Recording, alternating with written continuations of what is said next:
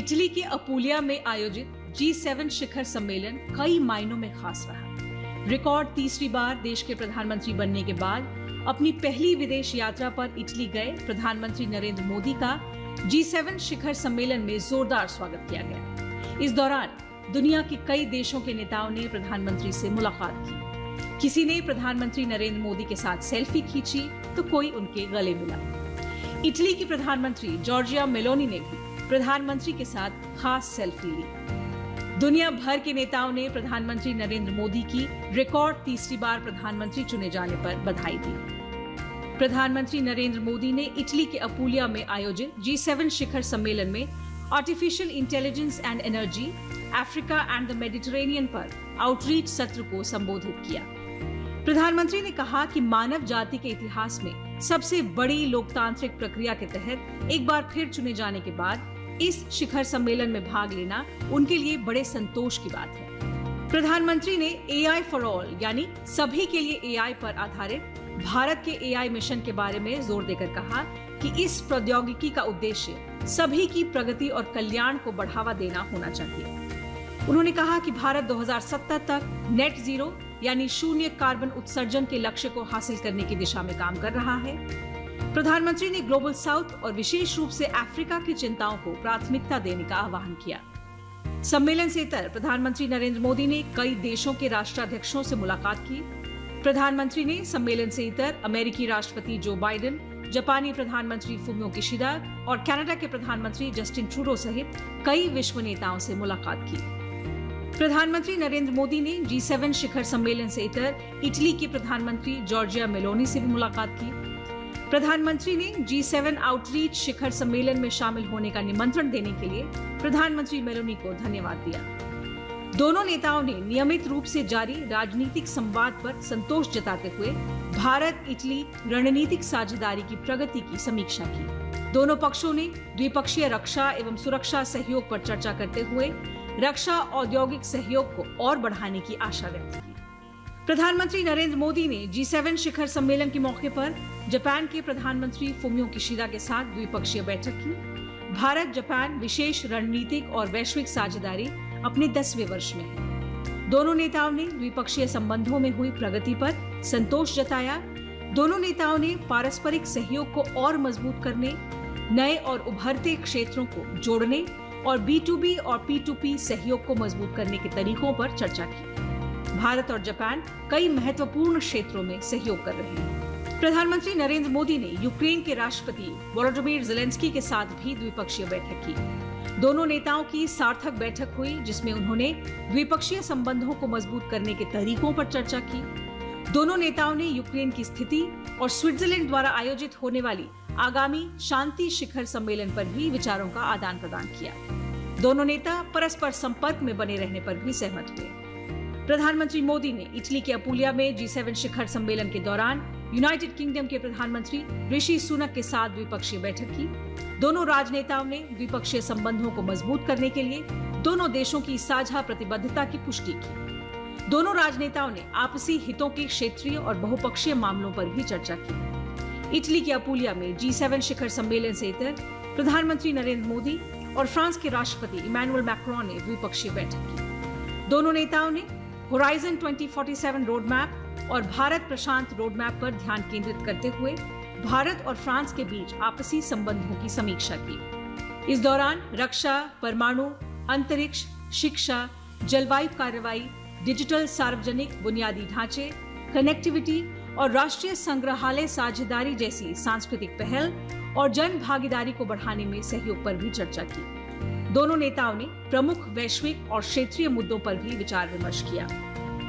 प्रधानमंत्री ने तुर्की के राष्ट्रपति रजब तैयब एर्दोगान, ब्राजील के राष्ट्रपति लूला डी सिल्वा और संयुक्त अरब अमीरात के राष्ट्रपति मोहम्मद बिन जायद अल नहयान से भी मुलाकात की। पोप फ्रांसिस भी प्रधानमंत्री नरेंद्र मोदी के साथ गर्मजोशी से मिले। ज्यादातर सभी नेताओं में प्रधानमंत्री मोदी से मिलने के लिए जबरदस्त क्रेज देखा गया।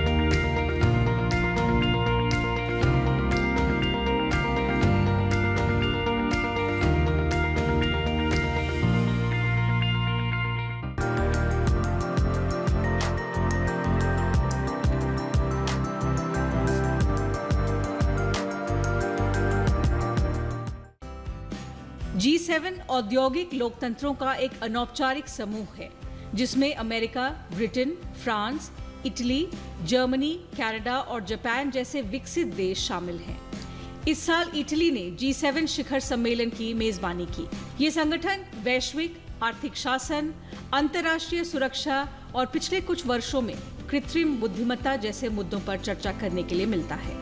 इटली 7वीं बार G7 का अध्यक्ष बना।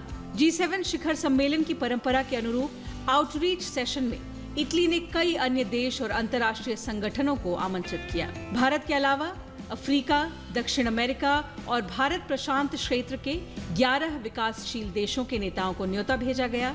इटली ने ब्राजील, दक्षिण अफ्रीका, अल्जीरिया, अर्जेंटीना, मिस्र, केन्या, मॉरिटानिया, सऊदी अरब, ट्यूनीशिया के साथ ही संयुक्त राष्ट्र संघ को भी न्योता भेजा। यूरोपीय संघ G7 का सदस्य नहीं है, लेकिन इस वार्षिक शिखर सम्मेलन में यूरोपीय संघ ने भी हिस्सा लिया। पिछले कुछ वर्षों से भारत को नियमित रूप से G7 शिखर सम्मेलन के आउटरीच सत्र में आमंत्रित किया जाता रहा है। G7 शिखर सम्मेलन के इस आउटरीच सेशन में भारत की यह 11वीं और प्रधानमंत्री नरेंद्र मोदी की 5वीं बार सहभागिता है। भारत ने अब तक 10 बार G7 शिखर सम्मेलन आउटरीच सेशन में हिस्सा लिया है। 2003 में फ्रांस, 2005 में यूके, 2006 में रूस, 2007 में जर्मनी, 2008 में जापान, 2009 में इटली, 2019 में फ्रांस, 2021 में यूके, 2022 में जर्मनी और 2023 में जापान में आयोजित G7 शिखर सम्मेलनों के आउटरीच सेशन में भारत ने हिस्सा लिया। भारत की ओर से सभी भागीदारी प्रधानमंत्री स्तर पर ही रही है। भारत आज दुनिया की 5वीं सबसे बड़ी अर्थव्यवस्था है। इसकी अर्थव्यवस्था G7 के 4 सदस्य देशों फ्रांस, इटली, ब्रिटेन और कनाडा से भी बड़ी है। भारत ने हाल ही में अपनी G20 अध्यक्षता संपन्न की है और भारत ग्लोबल साउथ की एक मजबूत आवाज बनकर उभरा है। प्रधानमंत्री ने 2023 में हिरोशिमा में अपने चौथे G7 शिखर सम्मेलन में हिस्सा लेने के दौरान 3 पूर्ण सत्रों में भारत का पक्ष रखा था। 50वें G7 शिखर सम्मेलन के आउटरीच सेशन में 2 सत्र हुए। G7 शिखर सम्मेलन में आर्टिफिशियल इंटेलिजेंस, जलवायु परिवर्तन और सप्लाई चेन जैसे कुछ महत्वपूर्ण चुनौतियों के अलावा यूक्रेन और मध्य पूर्व में युद्ध का मुद्दा छाया रहा।